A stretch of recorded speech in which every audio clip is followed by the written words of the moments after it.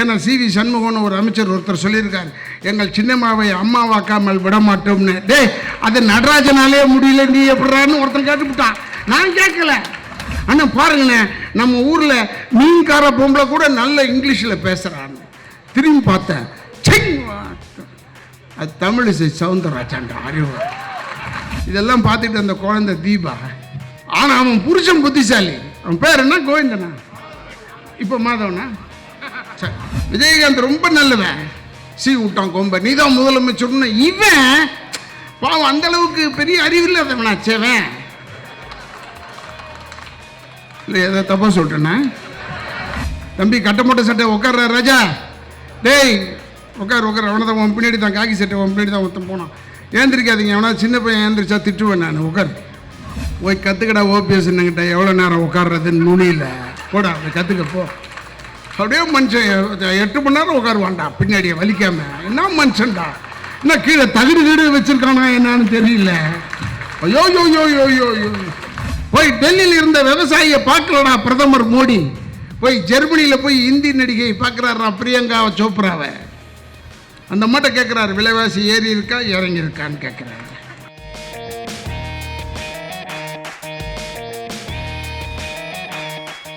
நான் அதிமுக காரங்களை இது வரைக்கும் நான் திட்டவே மாட்டேன். ஏன்னா நல்லவங்க அவங்களுக்கு என்ன தெரிய போகுது பாவம். ஆனால் உங்களை தெரிஞ்சு வச்சுக்க அதிமுக சகோதர சகோதரிகளுக்கு சொல்கிறேன், இப்போ ஏற்பட்ட தலைவரை திட்டுறது யாருன்னா 3 பொம்பளை தாண்டா திட்டுறா. 3 பொம்பளைங்க. ஒன்று சசிகலா, ஒன்று விஜயகாந்த் பொண்டாட்டி பிரேமலதா, இன்னொன்று தமிழிசை சவுந்தரராஜன். 3 பேர் தான் திட்டுறாங்க. இந்த 3 பேருக்கும் கல்யாணம் பண்ணி வச்சது யாரான்னா தலைவர் தான் கல்யாணம் பண்ணி வச்சிருக்காரு. என்கிட்ட கூட சில பேர் கேட்டாங்க, ஏங்க இவங்க இவ்வளோ திட்டுறாங்க, இவர் தாங்க கல்யாணம் பண்ணி வச்சாருன்னு. அதனால தான்டா திட்டுறாங்கன்னு சொன்னேன். இல்லை ஏன்டா இப்படிப்பட்ட ஆம்பளைங்களை கல்யாணம் பண்ணி வச்சுட்டு எனக்கு மோசமான பயல்களாக பார்த்து கல்யாணம் பண்ணி வச்சுட்டேன்னு திட்டுறாங்கடான்னு. சசிகலாவுக்கு நடராஜனை கல்யாணம் பண்ணி வச்சதை திட்டுறாங்க. ஏன்னா சிவி சண்முகம்னு ஒரு அமைச்சர் ஒருத்தர் சொல்லியிருக்காரு, எங்கள் சின்னம்மாவை அம்மாவாக்காமல் விட மாட்டோம்னு. டே, அது நடராஜனாலே முடியல, நீ எப்படிறான்னு ஒருத்தன் கேட்டுவிட்டான். நான் கேட்கல. அதனால அதை வச்சு திட்டுறாங்க அந்த அம்மா. என்ன இப்படி பண்ண, இவனை போய் கல்யாணம் பண்ணி வச்சிய நம்ம என்ன செய்ய முடியும்? அதெல்லாம் டெஸ்ட் பண்ணிட்டா வைக்க முடியும். என்னமோ அது 3 பொம்பளை திட்டுதியா. நம்ம அண்ணன் வைகோ இருக்காரு, அவரை எடு நீ. உதாரணத்துக்கு பேப்பரில் போட்டுவிட்டான் வேலைச்சேரியில் பேசுனதை. ராதாரவி சொன்னார் வைகோ சேருகிறார். நான் அப்படியே சொன்னேன், சேருவார், ஒருவேளை வாய்ப்பு இருக்குடான்னு சொன்னேன். நான் சேருவார்னு ஒருத்தன் ஃபோன் பண்ணி, என்ன நீங்கள் வைகோ கூப்பிட்டு வர போகிறீங்க? மொத்தம் எனக்கு ஒரு வேலை இல்லையா? எனக்கு இப்படிலாம் கூப்பிட்டு வர வேலையே இது. நானே யோசிச்சு 8 மாதமாக யோசிச்சு முடிவெடுத்ததுடா இது. விஜயகாந்த் ரொம்ப நல்லவன். அவனை போய் கொம்புசி விட்டான் இந்த ஆள். உண்மையிலே சொல்கிறேன், விஜயகாந்த் இங்கே இருக்க வேண்டியவன் வந்திருப்பாரியா திமுக. நல்ல மனுஷன்யா.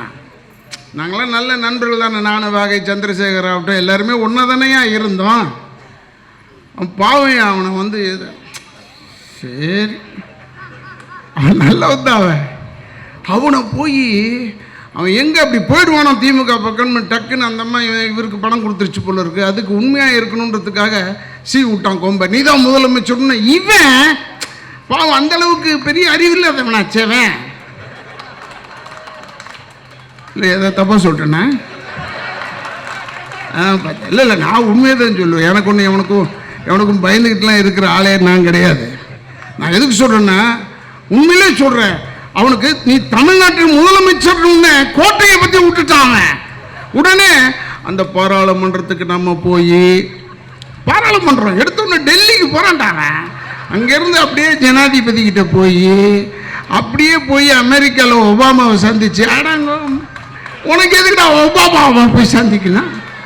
அந்த ரேஞ்சில் நினச்சிக்கிட்டு இருந்தவன் திரும்பி பார்த்தோம் ஆளை காணான்டா. இவரை வயலே இறங்கிட்டாயா. இறங்கி நான் இந்த தேர்தலில் நிற்க மாட்டேன்னு சொல்லிட்டான். உடனே சொல்றான், இந்த விவசாயிகள் பிரச்சனை தீர்ந்தால்தான் நான் இந்த தலப்பாவை கட்டுவேன். தலப்பாவை அவுப்பன் பச்சை துண்டை கட்டினல்ல, இப்ப துண்டுடைய சுத்துற. மலேசியால உன்னை உட்கார வச்சானே துண்டுடைய இருந்த நீ பச்சை துண்டு எங்க போச்சப்ப? நேரத்துக்கு ஒவ்வொன்று சொல்லிக்கிட்டு சத்தேரிக்கு எதுக்கு நல்ல மனுஷன் தான் என்ன தச்சு. எதிர்காலத்தில் என்ன நடக்கும்னா தமிழ் மக்களுக்கு அறிவு கிடையாதுன்னு சொல்லி இந்திய திணிப்பான், இந்திய கற்றுக்க சொல்லுவான். அதுக்கு இந்த பொம்பளை இருக்குது, அந்த தலை சீவ முடியாமல் சுற்றிக்கிட்டு இருக்கிற பொம்பளை, இந்த தமிழிசை சவுந்தரராஜன் நேரமே கிடையாதுரா தலை சீவறதுக்கு. வீட்டுக்குள்ளேருந்து வரும்போதே களைச்சி விட்டு வருதுரா தலைய. நம்மெல்லாம் களைச்சி விட்டோம்னா என்ன வீட்டிலேருந்து இப்படியே வர அர்த்தம் வேற. தலையை களைச்சி விட்டு வர, தலையெல்லாம் சீவிட்டு வா, குங்குமம்லாம் போட்டு வச்சுட்டு வான்னு சொல்லுவாங்க. இது அப்படியே தலையை என்னன்னு கேட்டால் இல்லை எனக்கு நாட்டு பிரச்சனை தான் முக்கியம், எனக்கு மற்ற எதுவுமே எனக்கு முக்கியம் இல்லைன்னு தலை. ஏன்னா எவ்வளோ பெரிய கட்சியில் ஒரு போஸ்ட்டில் இருக்க, 4 வருஷமாக கத்திக்கிட்டு இருக்கே, ஒரு 10 பைசா சீப்பு கிடைக்கலையா உனக்கு? அது சொல்லுது எங்களையெல்லாம் பார்த்தா திமுக காரங்களுக்கு பயம்னு. உன்னை பார்த்தா திமுக காரனுக்கு பயம்தான், எனக்கு கூட பயம்தான். அந்த சகோதரிக்கு சொல்கிறேன், நீ மட்டும் தலையை சீவிட்டு வாயா என்கிட்ட. இல்லை நான் எப்படி உன்கிட்ட பேசுகிறேன்றதை நீ தெரிஞ்சுக்குவேன், அதுக்காக சொல்கிறேன். நான் தலையை களைச்சி போட்டு வருது. அன்னைக்கு கூட நம்ம பையன் ஒருத்தன் இந்த இந்த நோட்டுக்கு பிரச்சனையெல்லாம் பண்ணானில்ல, இந்த 2000 ரூபாய் நோட்டுக்கெல்லாம் பிரச்சனை பண்ணானில்ல, அப்போ அது சொல்லுதான். அப்போ யாரோ ஒரு அம்மா வந்து நின்றுட்டு இந்த மீன் கடையில் நின்று, மீன் கடை இருக்கிறது இங்கே, மீன்கள்லாம் விற்கிறது, 2000 ரூபாய்க்கு ஒன்றும் பிரச்சனையே கிடையாதுன்னு. அப்போ என் பையன் கூட இருந்தவன் சொன்னான், அண்ணா பாருங்கண்ணே நம்ம ஊரில் மீன்கார பொம்பளை கூட நல்ல இங்கிலீஷில் பேசுகிறான்னு. திரும்பி பார்த்தேன், அது தமிழிசை சவுந்தரராஜன் அறிவு இல்லையா? அவனுக்கு தெரியல, எனக்கு தெரியும். ஏன்னா அது அப்படியே இருக்குது லுக்கு. அது அதே மாதிரி வாரி சுற்றிட்டு பேசுது. அது அதமா சொல்லுது, அண்ணன் ஸ்டாலினுக்கு சொல்கிறேன். எப்படி அண்ணனா வெண்ணெய் உருண்டையில் விஷத்தை வச்சிடுறது உள்ள. அண்ணன் ஸ்டாலினுக்கு சொல்கிறேன், ஏன் இந்தியை கற்றுக்கொள்ளக்கூடாது? ஏன்னா அங்கேருந்து வட இந்தியாவிலிருந்து இந்தி தெரிந்தவர்கள் தமிழ்நாட்டிற்கு வரும்பொழுது, ராமேஸ்வரம் செல்லும் பொழுது, ராமேஸ்வரம் போவதற்கு வழி தெரியவில்லை. தமிழிலே எழுதியிருக்கிறார்கள் ராமேஸ்வரம் என்று. அதனால் அதை இந்தியில் எழுதினால் அவங்களுக்கு வழி தெரியும். கரெக்டு, நீ சொல்கிறத நான் ஒத்துக்கிறேன். அங்கே இருக்கிறவன் வந்து அவனுக்கு தமிழ் தெரியல, இந்தியில் எழுத சொல்கிற ஒத்துக்கிறேன். இப்போ ஏன் ஆளு டெல்லிக்கு போகிறான் பாரு, அவனுக்கு டெல்லி வழி தெரியல, இந்தியில் எழுதியிருக்கு. நீ தமிழில் டெல்லின்னு எழுத தயாராக இருக்கிறாயா? இப்போ கசக்குது உனக்கு இதை சொன்னா. ஏன்னா இந்தி நீ எழுது, நான் ஒத்துக்கிறேன். என் போர்டில் நீ இந்தியில எழுதணும்னு நினைச்சா உன் போர்டில் தமிழ்ல எழுது. நீ சட்டமன்றத்திற்கு போகும்படி சட்டமன்றம் அப்படின்னு போடுறத நாங்க தமிழ்ல சட்டமன்றம் போடுறோம். நீ வந்து அதை இந்தியில எழுதணும்னு சொன்னா அங்க பார்லிமெண்ட்னு போடுறத தமிழ்ல போடு பார்லிமெண்ட்னு. நான் வரேன். ஏன் அது மட்டும் வேணான்னு சொல்றேன்? அதுவும் நீ குமரி அனந்தனுடைய மகள் அல்லவா? இன்னைக்கு சொல்லுது என் பேரிலே தமிழ் இருக்கிறது. அதுக்கு என்ன? உன் பேரில் தமிழ் இருந்தா அழகேசன் பேர் இருக்கும், அசிங்கமாக இருக்கும். அதுக்கு என்ன செய்யறது?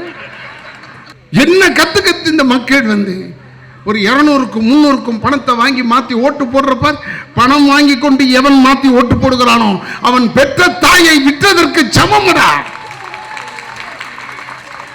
நீ பணம் வாங்கிட்டு மாற்றி ஓட போடும்போது யோசி, என்னடா நம்ம அம்மா விற்கிறோன்னு சொல்லிட்டானே. அப்படி பாரு, உங்கள் அம்மா நல்லா இருந்தா ஓகே வித்துரு, நல்லா இல்லைன்னா விட்டுடு. உங்கள் மேலே சொல்லி தப்பு இல்லை. ஆனால் நீங்கள்லாம் முட்டாள்கள். வெறும் 500 ரூபாய்க்கு மாற்றி ஓட்டு போடுற நீ தேர்ந்தெடுக்கப்பட்ட எம்எல்ஏ. இவர் இல்லை, நீ வேற இடத்துல தேர்ந்தெடுக்கப்பட்ட எம்எல்ஏ பூரா கோடி கணக்கில் வாங்கிக்கிட்டு இருக்கான்டா. அவன் அறிவாளியா நீ அறிவாளியா? அதை யோசிக்க வேணாம். அடுத்த தடவை அவன் வரும்போது கேளு, ஏண்டா கோடி கோடியை வாங்கிட்டு போய் எனக்கு வந்து 200 கொடுக்குறியன்னு கேளு. அதிகமாக கேளு, 10,000 ரூபாய் கேளு, தப்பு கிடையாது. 300 ரூபாய் வாங்கிட்டு என்னடா செய்ய முடியும்? 300 ரூபாய் வாங்கிட்டு குவார்டர் வாங்க முடியுமா? இல்லை எனக்கு விலைவாசி தெரியாது. ஏன்னா அதுக்காக நான் குடிக்காதவன்னு நினைக்காத. எவனும் வாங்கிட்டு வரான் குடிச்சு போடுவோம் நம்ம. அதுக்காக சொல்ல மோடி ஐயா நல்லவர் தான். அவர் பாவம் ஏழ்மையாக வாழ்க்கையை ஆரம்பித்தார்னு சொன்னாங்க. எனக்கு தெரியாது. டீ கடையில் வேலை செஞ்சாருன்னு சொன்னாங்க. நல்ல விஷயம்தான் இந்த மனுஷனுக்கு. ஆனால் இப்போ என்ன செய்கிறது, அவர் ஏழ்மையில் இருக்கார். 6 லட்சம் ரூபாய் அவர் போடுற ட்ரெஸ்ஸு, இந்த ட்ரெஸ் இருக்க 6 லட்சம் ரூபாய் செலவு. ரொம்ப ஏழ்மையை ரசிக்கிறவர் அவர். ஆனால் இந்தியாவின் பிரதமர் இல்லையா, அதனால் 6 லட்சம் ரூபாய்க்கு போட வேண்டியது தான். அவர் எப்பயுமே இந்த தாடியில் கீழ்ப்பக்கம் தாடி இப்படி தொட்டுட்டாருன்னா தமிழ்நாடை பற்றி யோசிக்கிறாருன்னு அர்த்தம். மேல் பக்கம் தொட்டானா தான் வட இந்தியா காஷ்மீரை பற்றி யோசிக்கிறாருன்னு அர்த்தம். அவருக்கு நேரம் சரியாக இருக்குடா. இப்போ பாரு டெல்லிக்கு வந்தவுடனே வேர்ல்டு மேப்பை வச்சுருவார், உலக மேப்பை வச்சு எந்த ஊர் இன்னும் பார்க்கல, நம்ம எதை டக்கு டக்கு டக்குன்னு பார்த்துடணும்னு உடனே ஒவ்வொரு நாளைக்கு ஒரு ஊருக்கு போகிறான். தூங்கி எழுந்திரிக்கவே முடியாதுயா. ஒவ்வொரு நாளைக்கு ஒரு ஊருக்கு போகிறான். அமெரிக்காவுக்கு போனால் ஜெட்லேக் இருக்குமையா எல்லாருக்கும், அந்த ஜெட்லேக்கே கிடையாது. அவர் போயிட்டே இருக்காரு, டக்கு டக்கு டக் டக் டக்குன்னு ஸ்பெயின் போகிறார், அங்கே போகிறார். எப்போ பார்க்கறது இதை? எவங்க அப்போ வீட்டு காசு டீ கடையில் இருக்கும்போது உனக்கு தெரியுமா? ஸ்பெயினை பார்த்துருப்பியா? இப்போ போகிற அதெல்லாம் நியாயமான விஷயம். அதெல்லாம் ஏழ்மையை விரும்புகிற மனுஷன் போக வேண்டியது தான், போயிட்டு வரட்டும். ஆனால் மாட்டி வச்சு ஏன் நீ ஏன் தொந்தரவு பண்ணுற? மாடை வெட்டக்கூடாது, பசுவை வெட்டக்கூடாது, உனக்கு எதுக்கு இது? நான் தெரியாமல் கேட்குறேன். இந்த அம்மா சொல்லுது தமிழிசை சவுந்தரராஜன். அப்பவும் சும்மா இல்லாமல் அண்ணன் ஸ்டாலினை கேட்கிறேன். ஏன்னா எதிர்த்து குரல் கொடுத்த ஒரே மனிதன் ஸ்டாலின் அவர், தளபதியார் அவர்கள் தான் குரல் கொடுத்தார். ஏன்னா அது சிறுபான்மையினரையும் அந்த தாழ்த்தப்பட்டவர்களுடைய அந்த உரிமைகளை பறிக்குதுரா. கான்ஸ்டிடியூஷனல் ரைட் அல்லவா? சாப்பிட்றதுன்றது, ட்ரெஸ் உடுத்துறது என்பது கான்ஸ்டிடியூஷனல் ரைட். நான் இந்த மேடைக்கு வரும்போது இந்த சட்டையை மாட்டிட்டு இப்படி வரும்போது போலீஸ் என்னை தடுத்து, சார் இந்த சட்டை போடக்கூடாது சொல்கிறதுக்கு நீ யாராம் அப்படி கேட்பேன். இவங்களோட பேசி பேசியே நம்ம தம்மு போயிடுதுரா. தம்பி கட்டமட்ட சட்டை உட்கார்ற ராஜா, டேய் உட்கார் உட்கார், அவனை தான் உன் பின்னாடி தான் காக்கி சட்டை உன் பின்னாடி தான் ஒருத்தன் போனான். ஏந்திரிக்காதீங்க, அவனா சின்ன பையன் ஏந்திரிச்சா திட்டுவேன் நான், உட்கார். ஏன்னா அதுக்குள்ளேயே அவனுக்கு நோவுது, பின்னாடி அவனுக்கு அறிவு வந்துருச்சு அதுக்குள்ளேயும். போதுப்பா போகிறேன் பாட்டு. என்னடா செய்ய போகிறீங்க வீட்டில்? டே ஈரத்தை காய விட்றாடே கடறா. ஏற்கனவே ஜனத்தொகைக்கு இன்னும் ஓட்டு லிஸ்ட்டு எடுக்க முடியலடா. இவன் போய் டக்குன்னு எதையாவது ஒன்று பெற்றுக்கிட்டு வந்துடுவான். அவனுக்கு ஒரு ஓட்டு லிஸ்ட்டு வேணும், இல்லைனா திட்டுவான். வட்டச்செயலா கிருஷ்ணமூர்த்தினேன் இப்படிலாம் செய்கிறாருப்பா எனக்கு, நீ வேற போய் திட்டுவான். ஒரு ரோதனடா. எதுக்குன்னா நம்மெல்லாம் எதுக்காக பேசுகிறோம்? இப்போ ராதாரவி சினிமாவில் 4 பேரை கெடுத்தா போதும், 4 லட்சம் ரூபாய் எனக்கு. நல்லா கெடுடான்னு ப்ரொடியூசர் கொடுக்குறான் காசு. அதெல்லாம் விட்டுட்டு இங்கே கத்துறோம். அங்கே இருக்கிற தம்மை விட்டாலாவது பரவாயில்ல, இங்கே தம்மை விட்டுட்டு 4 லட்ச ரூபா விட்டுட்டு ஓடி வரோம். இவனுக்கு வலிக்குதுங்க பின்னாடி. போய் கற்றுக்கடா ஓபிஎஸ் என்னங்கிட்ட எவ்வளோ நேரம் உட்கார்றதுன்னு நுனியில் போடா, போய் கற்றுக்கப்போ. அப்படியே மனுஷன் 8 மணி நேரம் உட்காருவான்டா பின்னாடியே வலிக்காம. என்ன மனுஷன்டா, என்ன கீழே தகுடு கீடு வச்சுருக்கானா என்னான்னு தெரியல. ஐயோ யோ யோ யோ யோ யோ அப்படியே உட்காந்துருப்பான் நுனியில் அந்த அம்மா கிட்ட. பாவலா அதெல்லாம். அம்மா நீ உள்ளே போயிட்டா என்ன முதலமைச்சர், அம்மா அம்மா அம்மா வலிக்கும் உட்கார. நான் உட்காந்து பார்த்தேன், 1/2 மணி நேரம் உட்கார முடியல. போயிட்டேன். எனக்கு முதல்வர் வேணாம், ஒரு மசரு வேணாடான்னு போயிட்டேன். எவையா உட்கார்றது அந்த நுனியில்? இவன் பேர் சேர் போட்டு மீட்டிங் நடத்துகிறாங்க, வலிக்குது பாரு. விவசாயிகள் போராட்டம் யாரா போயிருக்கா? போய் டெல்லியில் இருந்த விவசாயியை பார்க்கலடா பிரதமர் மோடி. போய் ஜெர்மனியில் போய் இந்தி நடிகை பார்க்குறாரா பிரியங்கா சோப்ராவை. அந்த மட்டும் கேட்குறாரு, விலைவாசி ஏறி இருக்கா இறங்கி இருக்கான்னு கேட்குறாரு. அந்த மாதிரி தான் தெரியும் ஏது எப்படி ஏறுது விலைவாசி, எப்படி இறங்குது விலைவாசி சொல்லி. அந்த அம்மாவுக்கு இல்லைங்க இப்போ இந்தியாவில் எதுவுமே ஏறல, எல்லாமே அப்படி நல்லா இருக்குது, நடுத்தரமாக இருக்குது. அது சொல்லியிருக்கா என்னன்னு தெரியல. நாட்டு பிரச்சனையை பிரியங்கா சோப்ரா கிட்ட பேசுகிற மனிதன், ஏண்டா இங்கே இருக்கிற விவசாயி டெல்லியில் உட்காந்து அவனை போய் பார்க்க முடியாதா? அதுக்காக இருக்கிற விவசாயி பூரா டெல்லிக்கு அனுப்ப முடியும்? அதிமுககாரருக்கு சொல்கிறேன், அந்த சமாதி ஒன்றும் விடாதுரா. நான் இப்போவும் சொல்கிறேன், அந்த ஜெயலலிதா சமாதி ஒன்று விடாது, தவிக்க வச்சிரும் பாரு ஒன்று. போய் இந்த அம்மா சசிகலா சும்மா இல்லாமல் டம்மு டம்மு டம்முன்னு அடிச்சதுரா 3 அடி. அது மேலே அந்த கல்லை பேத்துக்குச்சு. உள்ளே இருந்துட்டு அந்த அம்மா போனோம்மா வீட்டில் வச்சு அடித்த, இப்போ வச்சு அடிக்கிறியான்னு ஜெயிலில் தள்ளி விட்டுருச்சுரா. அதை இந்த ஆளை ஜெயிலில் தள்ளி விட்டுருச்சு இந்த அம்மாவை. அடுத்தது இந்த ஆள் திடீர்னு நம்ம இவர் மௌன சாமியார் ஓபிஎஸ் அப்படியே வந்தார், அப்படியே உட்காந்துருக்காரு. வீட்டில் எங்கள் வேலைக்காரன் வந்து அண்ணே அண்ணே அண்ணே பாருங்க நான் முதலமைச்சர் உட்காந்துருக்காருன்னு. நான் போய் பார்த்தேன், அடப்பட நான் போய் படுக்கிறேன். உட்காந்துருக்காருண்ணே மௌனமான். இது மாதிரி உட்காந்து அவனுக்கு பழக்கண்டா. இல்லை சட்டமன்றத்தில் நான் பின்னாடி தானே உட்காந்துருப்பேன், பார்ப்பேன். நுனி குண்டியில் உட்காந்துருப்பான்டா, அப்படியே அந்த மாதிரி இருக்கிற வரைக்கும் உட்காந்துருப்பான்டா. ஏன்னா அது கஷ்டம்டா அது. ஐயோ ஐயோ, அதான் நான் எங்கள் அப்பா இருக்கார், எம்ஆர் ராதா இருக்கார், புரட்சித் தலைவர் இருந்திருக்காரு, நடிகர் திலகர் இருந்திருக்காரு, லட்சிய நடிகர் இருந்திருக்காரு, எத்தனை காதல் மன்னன் இருந்திருக்காங்க. எல்லாரும் செத்து போயிட்டாங்க. ஏண்டான்னு பார்த்தா அவங்கள விடலாம் பெரிய நடிகன்டா ஓபிஎஸ் இந்தால் இருக்காண்டா. அப்படியே மௌனமாக இருந்தான். அந்த மாதிரி நினச்சது, நீ முதலமைச்சராக இருக்கும்போது தானே நான் செத்தேன், உனக்கு தெரியாதா அப்படின்னு சொல்லி முதலமைச்சர் பதவியை பிடுங்கிடுச்சிடா அவங்ககிட்ட இருந்து. எப்படி இந்த மாதிரி ஜெயிலுக்கு அனுப்பிச்சதோ அதனால் அதே மாதிரி இவருடைய முதலமைச்சர் பதவியை பிடுங்கிடுச்சு. அடுத்தது பார்த்தா எடப்பாடி பழனிசாமியை வந்து கும்பிட்டாரு பையில் வச்சுக்கிட்டு, நான் தாம்மா முதலமைச்சர்னு.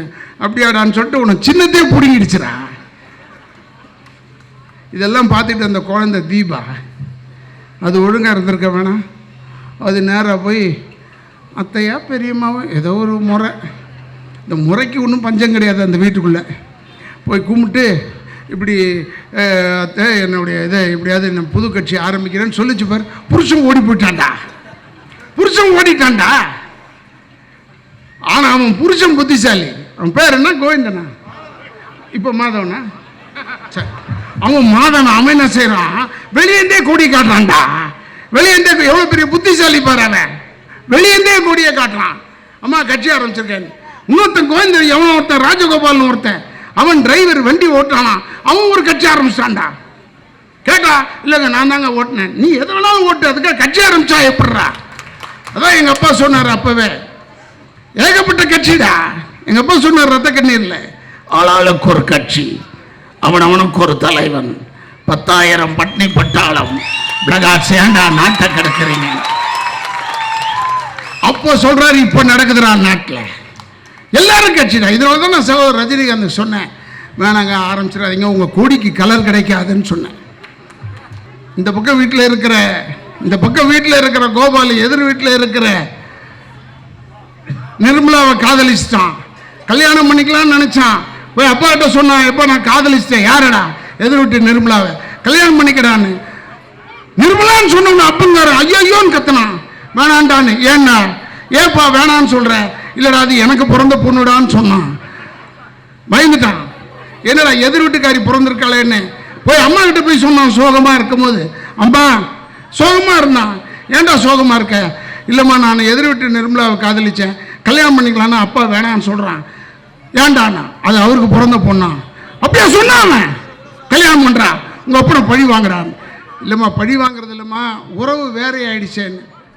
அப்போ பார்த்து சொன்ன அவன், இல்லைடா நீ எனக்கு பிறக்கல, உங்கள் அப்பனுக்கு பிறக்கலடா, அதனால் நீ கல்யாணம் பண்ணிக்கேன்னு சொன்னான். குழம்பிட்டான்டா கோபால். அது மாதிரி அதிமுக காரன் குழம்பி கிடக்கிறான். இப்போ யாருக்கு ஓட்டு போடுறது, எதுக்கு ஓட்டு போடுறது, எப்படி ஓட்டு போடுறதுன்னு தெரியாமல்